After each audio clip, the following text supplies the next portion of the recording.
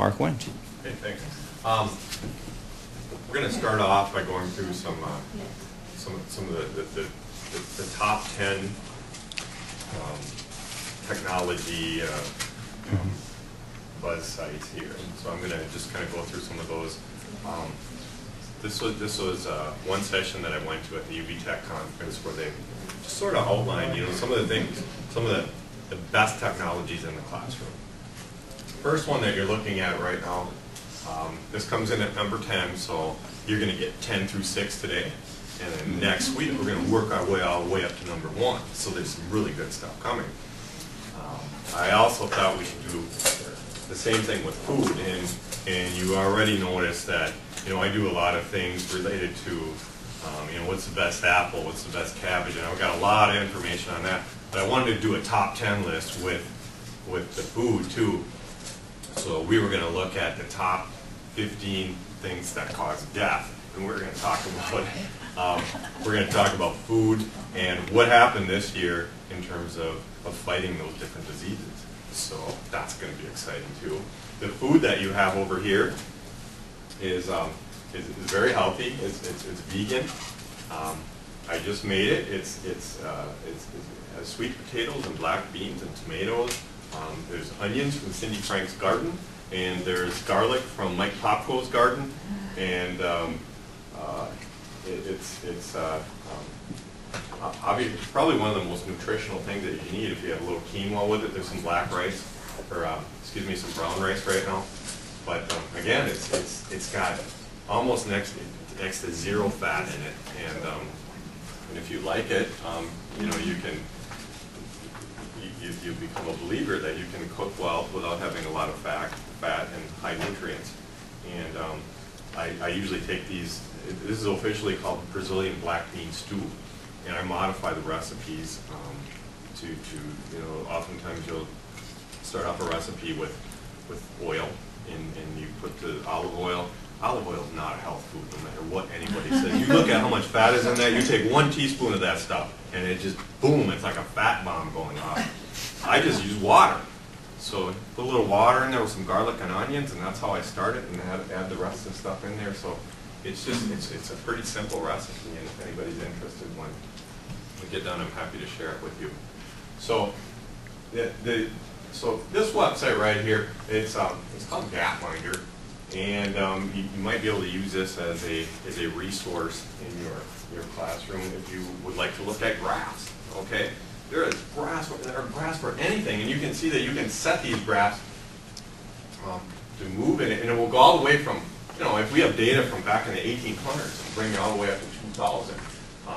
All these circles here, these indicate the different countries. Okay, so this is probably China here, and probably the big yellow one. You see the colors right here. So we're big yellow right here. That's United States. You can see where everybody is. So already, okay, we have set life expectancy right here. So if you can already, take a look out. Who's living the longest? You see Africa's not doing too well right here. And some of the Asian countries are doing pretty well. It's set income per person. Okay, GDP capita. So obviously, if it's a social studies class, you can get a lot out of this, but you can set this to anything. So if you want, you could change this to, let's look at something like, health. So we can look at all these diseases and things. You can look at education, probably all this stuff. You can look at, cell phone use, where people are using cell phones and the growth. But the coolest thing about this is that you can push play and you can watch. It'll start from 1800 all the way through. So we're looking at life expectancy related to income per person. And let's just see where that goes throughout the years.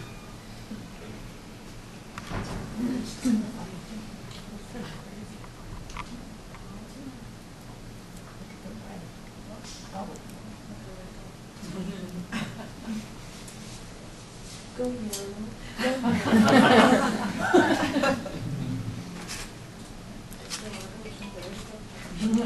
And it does this on any graph, so. That big red one shining. Yep.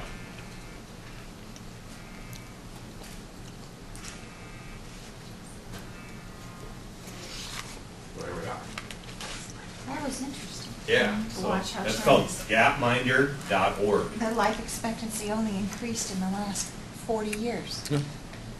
Pretty neat. So there's a resource for you. Another one that I'm just going to show you, and you know, it's kind of interesting too that I'm the guy doing the tech stuff because I just learned how to do a PowerPoint last year, and I really don't even know how to do that well.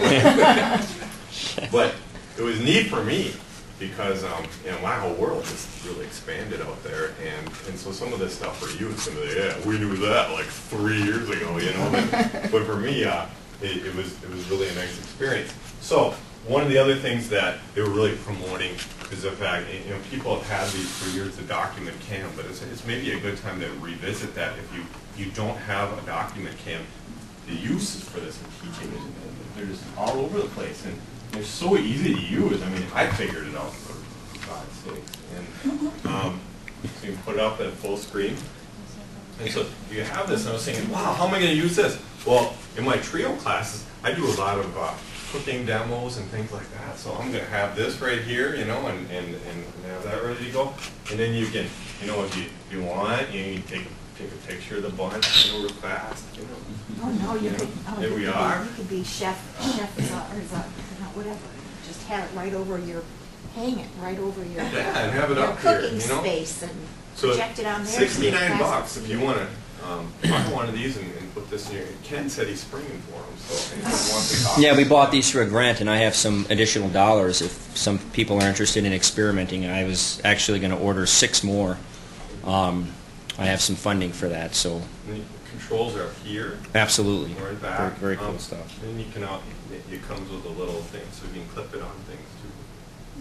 Pretty cool stuff. Are they the kind of cameras that you can use to sit at your desk and record a lecture and then post your lecture on Blackboard so that students can access it and hear and see the lecture as well? Sure, it's a If in camera. this You can class? do whatever you want with it. Yeah. Can you do that? You can record with it, I believe, Sure, right? you could, but you're using And you'd a have different program. right, but with you, it. yeah, and you'd have to upload that to Blackboard. Yeah. Yeah. Yeah, you could do that. Good stuff. So, there's another one for you. Now, I'm going to go into the PowerPoint that Mark knows how to operate. And the top 10 list. So, start here. Some of these things we talked about already. There's the top 6, and if you want to see what number 5 is, you're going to have to come back next week. There's Gapminder. A lot of talk down there about flipped classrooms, and there's some websites for that. Some of you have been in the Khan Academy before, but there's thousands and thousands of videos related to whatever you want.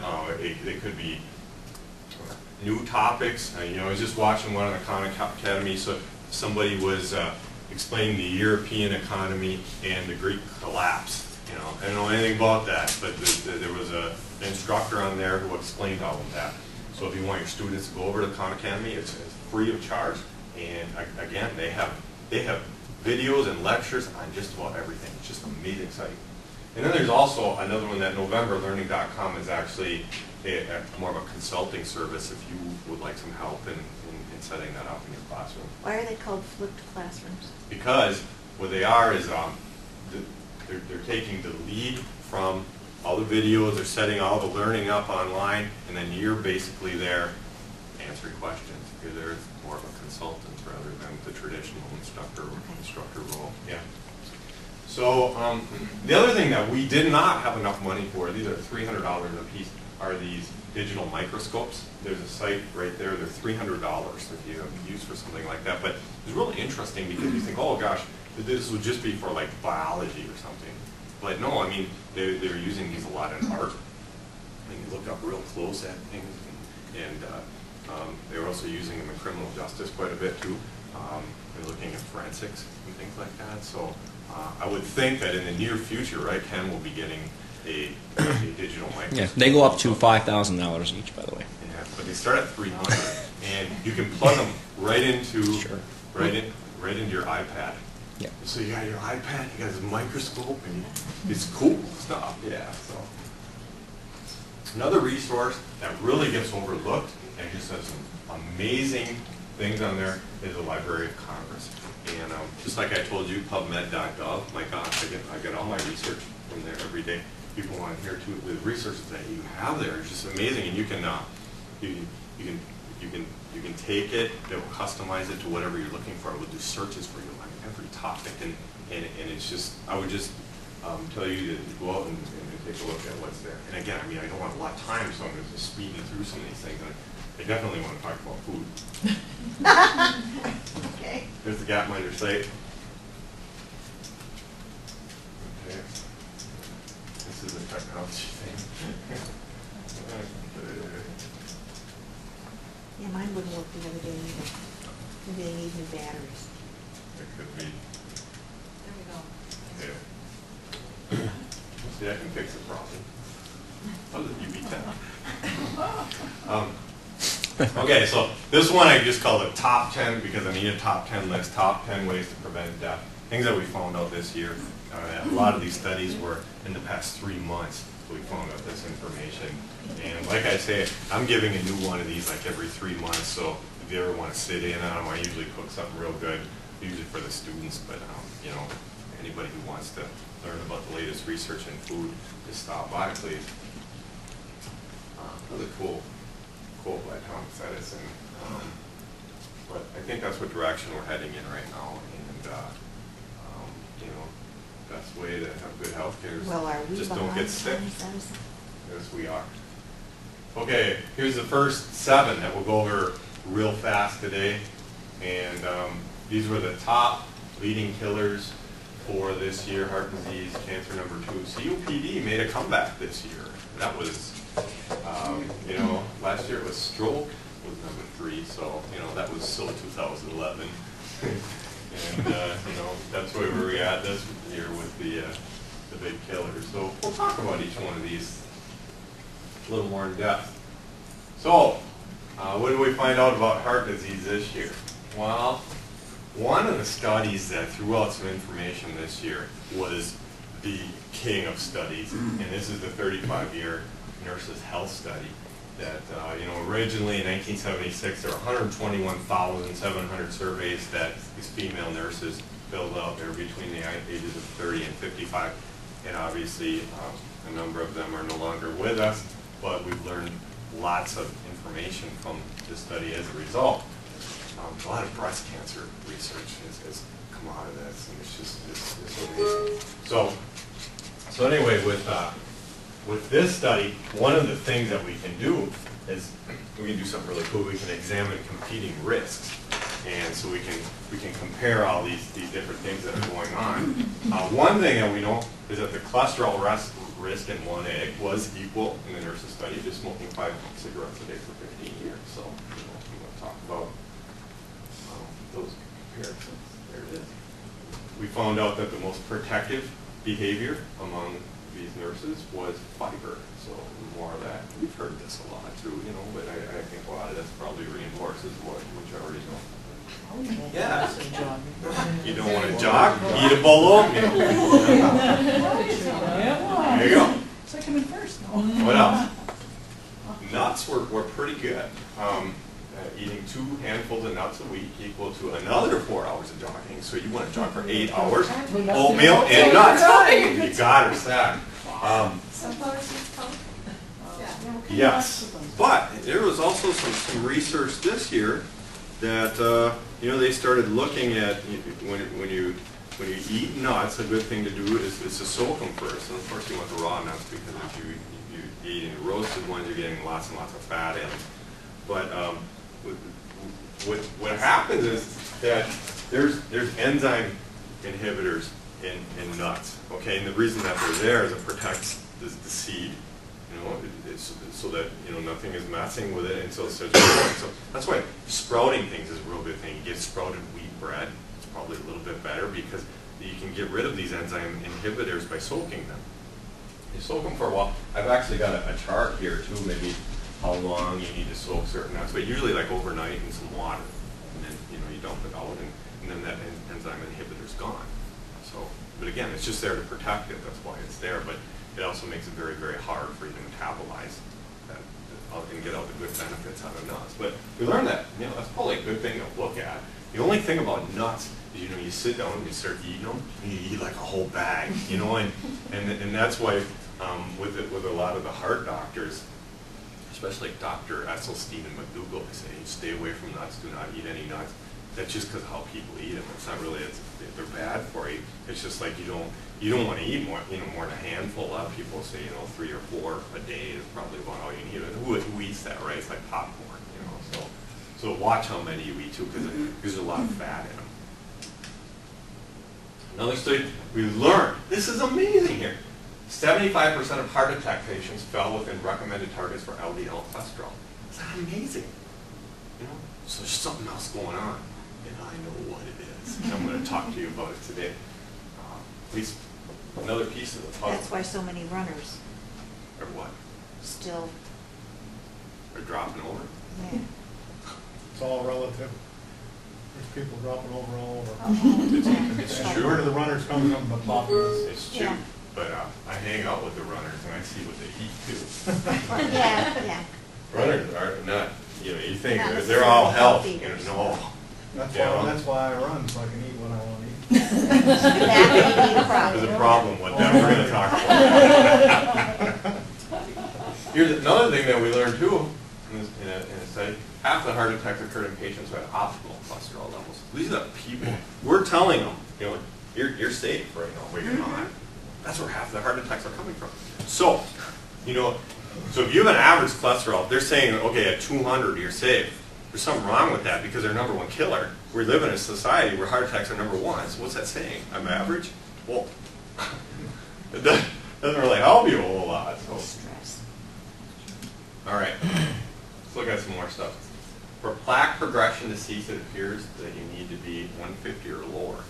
That's hard to do, especially when you're eating In meat. there, Have you? I'm about 156. Brian said this is health check too, said he was in the 130s. I've never gotten down that low. I can tell you I'm probably right around 200 right now. Some of it is genetics, but one of the quotes I got over the summer is genetics loads the gun, environment pulls the trigger. If you think of it like that, you don't have to be a slave to your genetics either. And actually, I think genetics plays a smaller role than we ever believed. But everybody will say, and you use that as a crutch too, because people say, well, I got bad genetics, what the hell, buy some life insurance and eat whatever I want. No, it doesn't have to be like that. So we also learned this year, this just happened in the past couple months, FDA issued new warnings for statin medication that include memory loss, confusion, increase in blood sugar levels, and new onset diabetes type 2. So for taking the statins, it's Lipitor in that whole class right there. Just a year ago, I was listening to physicians say, hey, you should put this stuff in the water. It's so good. It helps so many people. It's like, man. Any medication is always going to have its side effects, so you got to be real careful and stuff like that. So cholesterol, we found it's kind of half the story. Because you hear all these studies too. My cholesterol was 300 and I didn't have any plaque buildup. They did an operation and they looked at me and so what's going on here? We're kind of missing something. But this is new stuff. This is cool stuff they just found out a few months ago. A couple of studies were published based on this. And what we learned, first of all, is that if you're eating animal products, what happens is that it increases inflammation, like right away. We never really knew this before. What else is going on? We just knew, maybe it's a little higher fat and things like this. But this is what's going on. We know that it inflames the vascular lining immediately. We're talking within minutes of eating a meal high in animal products. And I'm not just saying high in fatty animal products, just animal products. So we know that's going on.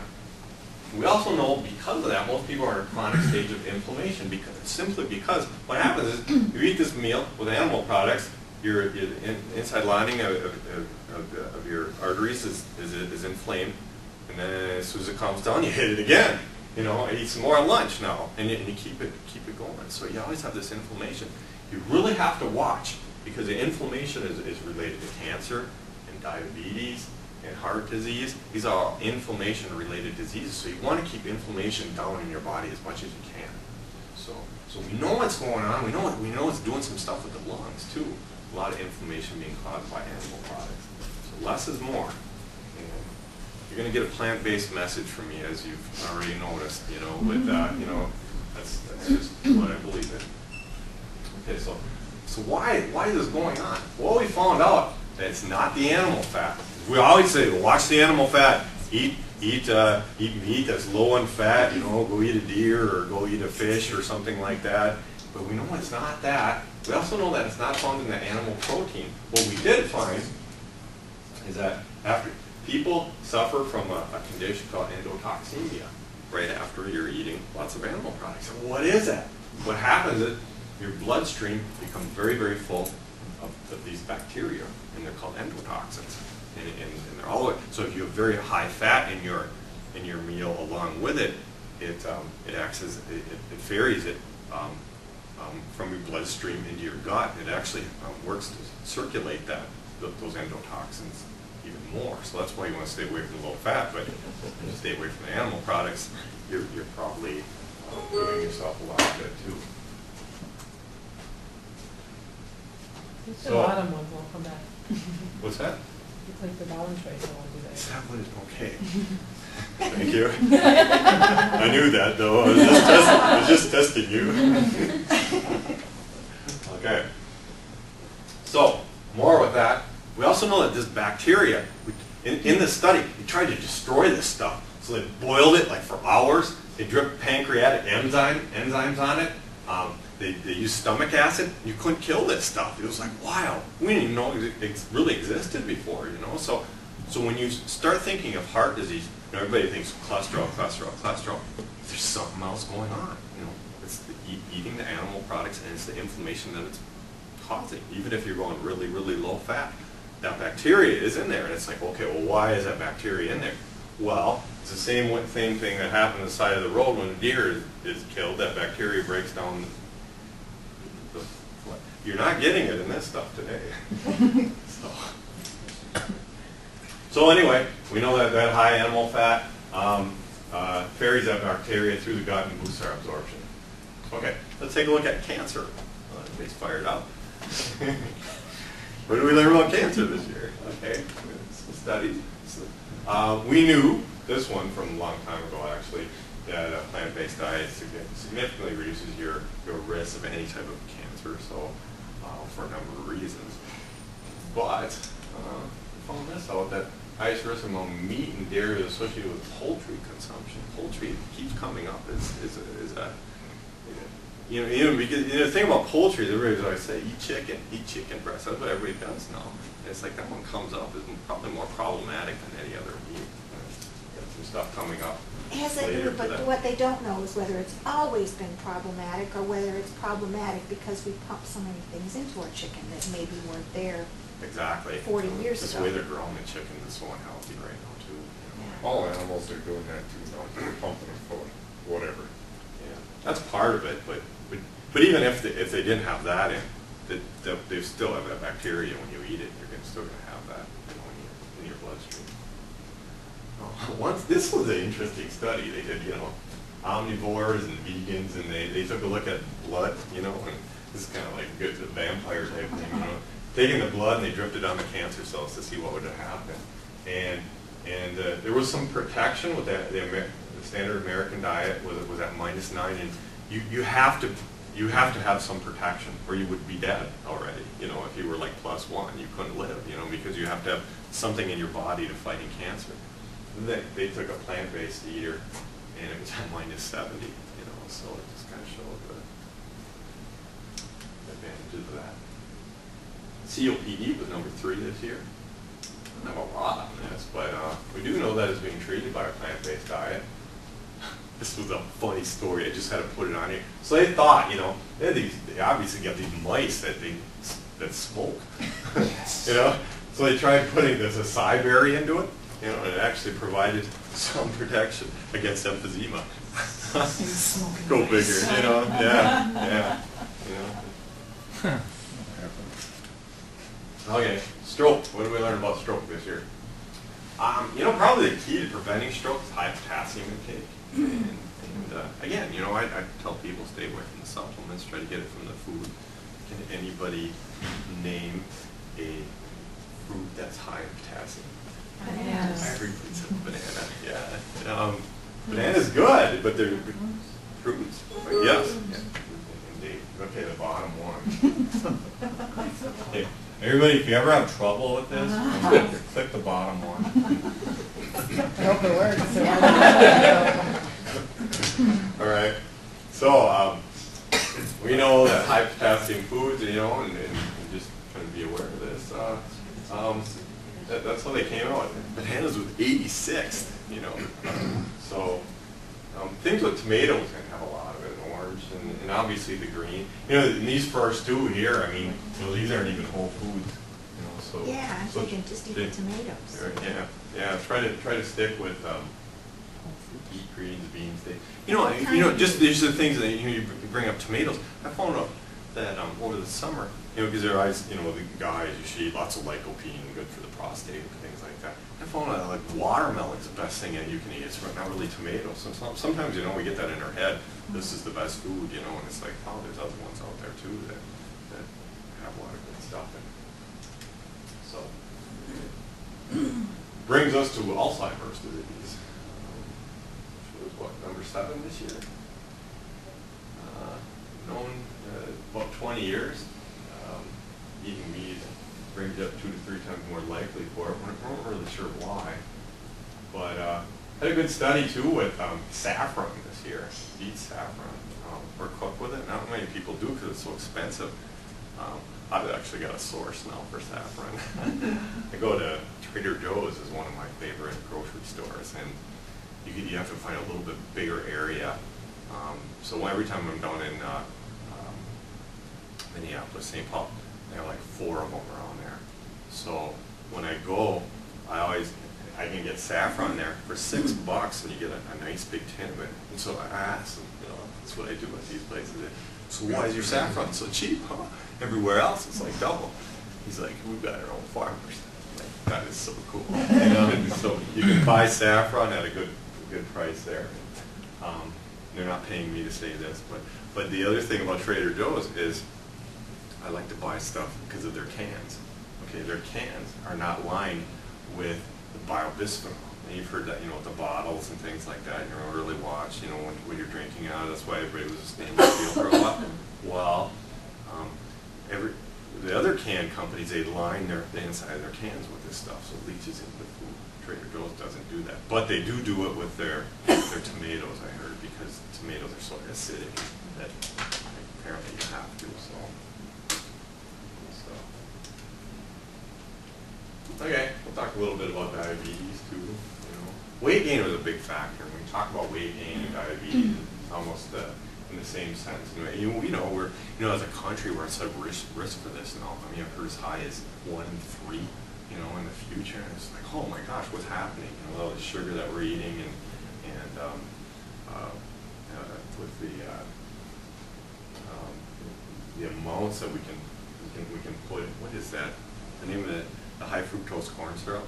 And by the way, I learned too that is, you know, those commercials that came out that said high fructose corn syrup is just corn syrup, and it is. You know, I actually looked into that. I mean, it really isn't any different than anything else. But should you even be eating corn syrup?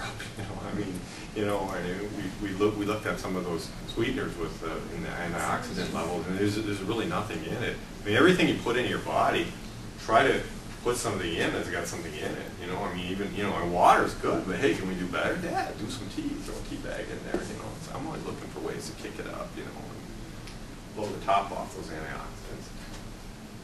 So you know, we saw that weight gain was a big factor. If you adjust for weight, only a fraction of those on a plant-based diet were at risk for diabetes as compared to those in the same weight. So plant-based did something, or I'm not really sure why. But also know that in another study, we controlled for calories, meaning that people ate the same number of calories, the people who were eating the meat would gain more weight. So eating exactly the same stuff. It's like, why is that going on? I don't have the answer for that, but some, you know, that was another thing that was happening. It was 5 pounds over 5 years, so it wasn't a lot, but still. Yeah, the strongest relation to the annual weight change was observed in poultry for some reason. Here comes that chicken again. You know, I don't know why. I think that's all that I have for you on this one. Like I said, you know, I've got a lot more information on these topics. You know, if you'd like to know more, I could throw some more in, or we could be done too. If you have some questions, we can answer some of those too. Do you have any questions? No? Okay. If studies, I'm going to phrase this one. They put all this information out and the information changes so fast. How sure are you when you're looking at the studies that the studies are reliable? Well, you can see how the study was done. Was it double blind? You know, some of the studies are set up very badly. Sometimes you can also look at who's doing the study. If Nestle's is doing the study, well, you know, I don't know. You know, maybe, but it, excuse me.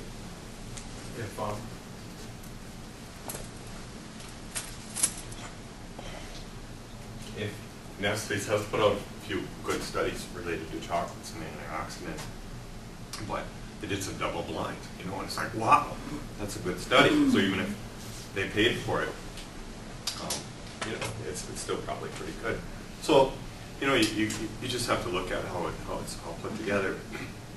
The other thing is, you know, you can't just use one study too. You know, you can't use the smoking mice and say, oh, you know, I'm eating acai berry now, and you know, it's for cure my emphysema. It doesn't always translate, you know, from mice into people. And you don't just want one study either. You want other people doing other studies. But basically, I mean, the trend is a plant-based diet is very powerful against all of the top killers. You know, in our society, we tend to say, okay, well, you have a problem here. We're going to give you some medication to treat that problem. And we, you know, we like to address the symptoms rather than the problem.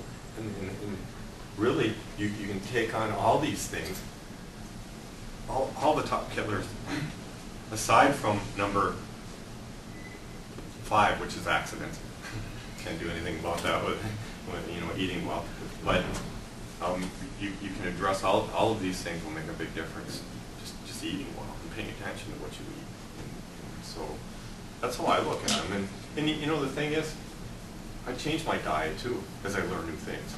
I just started drinking hibiscus tea. It kicked everybody else's butt. I'm going to drink that, you know. And I make changes, you know, and just kind of pay attention to what's going on. It's kind of fun in a way too. Oh, what'd you learn this week? Oh, you know, learn this. And we don't know everything, and that's why research is so important. And you know, the thing is, we never really learned much.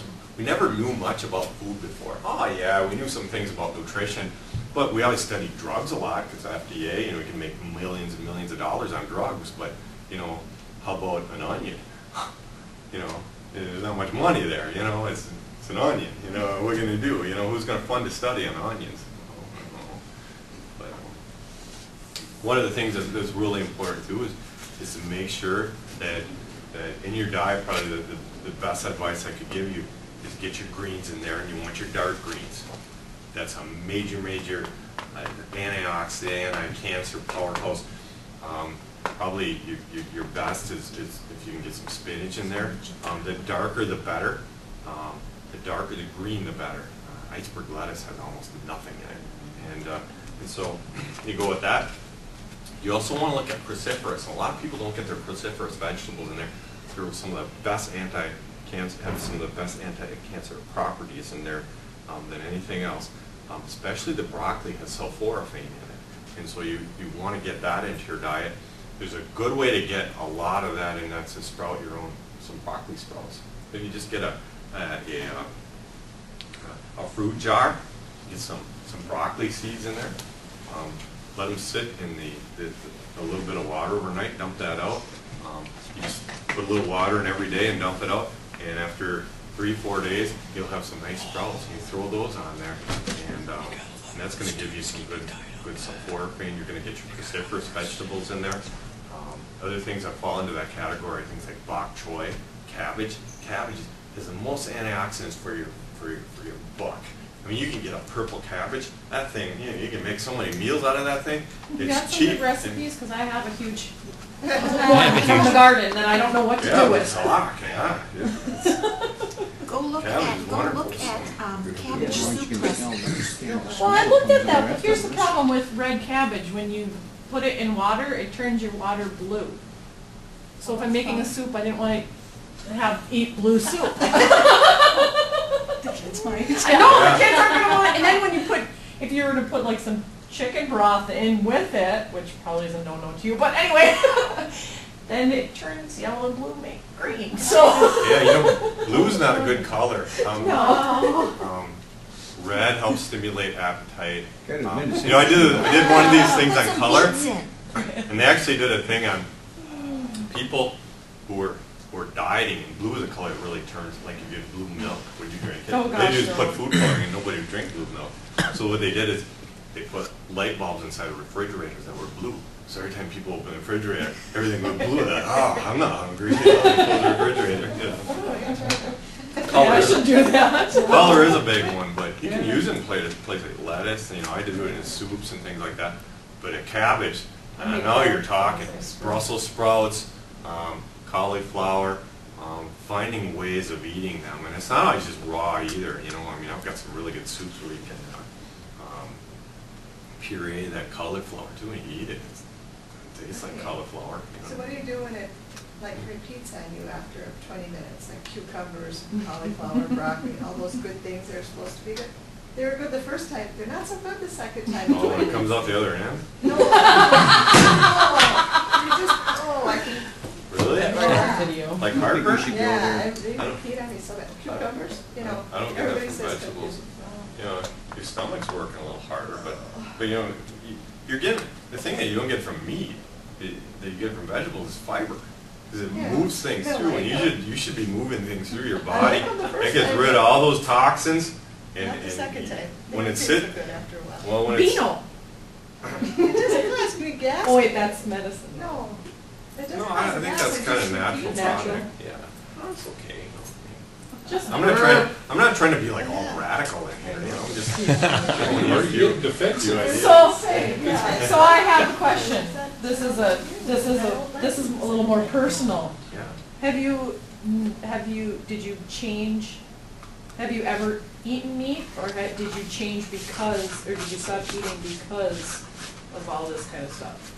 Well, yes. That's why I switched. And one of the things that we found out is that you can reverse heart disease. Say that again. You can reverse heart disease with diet. And people finding this out in the mid-90s through Dr. Warner's studies, and that's just mind-boggling. If you had a drug that could reverse heart disease, you would be making billions and trillions of dollars with that thing. And you can do it just by eating correctly.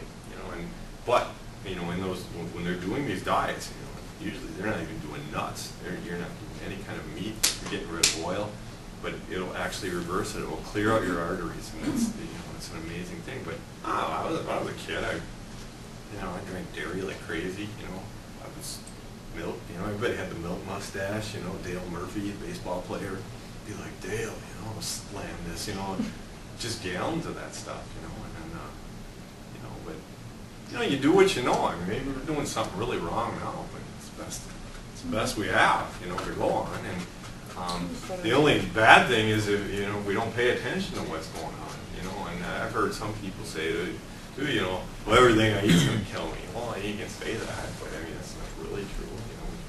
We learn from it, and we can make, you can make some cool things if you like what I made today. You can make some really good tasting dishes and not have a lot of oil or harmful products in there. So. Or you just make some simple little changes. And usually, If you're using a lot of oils when you cook, you don't need a lot of that oil in there. no, you don't. You don't even know it's there. And most of the time, we're just so used Take the to. oil out when you start cooking something. Yeah, we're just used to slathering stuff. And the other day, Cindy gets me this tomato, and we've been waiting all year for these tomatoes. These what is it? beefsteak tomatoes. And every day I come in, Cindy, those tomatoes, no, they're still green, you know. And so I finally she brings one of these things in, you know. Oh God, this is, you know, I wouldn't even set it down in my car. I'm like driving and holding it. This is so gorgeous. I've been waiting all year for this. So I get home and I'm like, oh, I don't want to throw it in soup or something. I'd be just like totally wasting it, you know. So I got home and I just cut the thing up and just ate it by itself. And you just taste it. Oh, it's just, you know. And I'm just thinking, you know, if I put this in something or ground it up or throw some sauce on it, you know, we just don't eat food that way anymore, and we really taste it, you know. And how many of us even cook anymore? You know, I mean, you know, you get home, you know, you get a fan. Oh, let's just throw this in, or just maybe tonight we'll get McDonald's. And then the next thing, oh, we'll just do McDonald's one more night, but I promise I'm cooking tomorrow night. You know, and it just gets so easy to do that. And one thing I started doing a lot right now is that, you know, I cook on the weekends. You know, I try to make a couple dishes and make a lot of it. You know, and you've got some stuff ready. But if you have this stuff around, you're going to eat it. But going to the chips and stuff like that is so easy when you get home. It's like, oh, I'm hungry now and I don't want to cook anything, you know. So just, you know, spend some time beforehand, before you're hungry, and do your cooking and make some good things, you know. If you want recipes, I'm happy to talk recipes or food with anybody. Like I say, it's more of a hobby for me, you know. We'll have part 2 of this next time, and we'll talk about the other diseases. Emphysema is coming up. You don't want to miss that. You know, we'll talk about some other technologies too next week. So thanks for coming today. I really appreciate it.